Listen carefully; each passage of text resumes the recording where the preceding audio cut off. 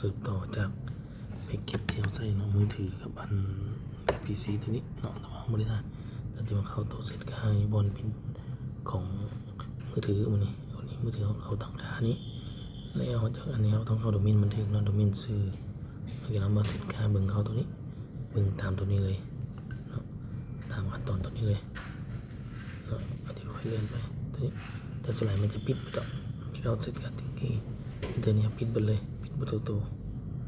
ปิดไปเลยแล้วก็ถือว่าแล้วมันก็น้องจะมาลองสั่งเบิ่งว่าสั่งตัว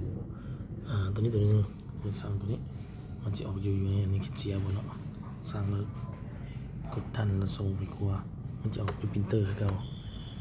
ออกที่พิมพ์เตอร์หนังติดให้เขาแต่มันใช้เวลาจะหนังติดอันนี้มัน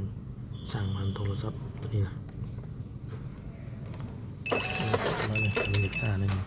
แล้วก็มีตะเกียบโซ่อันนี้มันต้นสินค้าแพ็คขึ้นไปเกียบโซ่ตัวนี้โซ่ไปมันก็จะออกมาเป็นหน้าตาตัวเดียวกันอันนี้มันเฉพาะสินค้าอยู่โทรศัพท์สิ่งพวกนี้เนาะหนึ่งเขาย้ำขึ้นเป็นซิตติ้งตัวนี้เพิ่งคืนตัวนี้รายละเอียดมันจะตัวมาแล้วตัวที่สองมันตัวนี้ที่สองมันทำงานมันจะเปิดอยู่ครับปิดเลยเนาะปิดไปเลยตัวเลยมันมี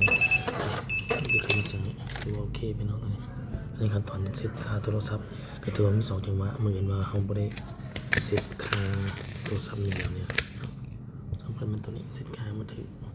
ปิดไปเลยโอเค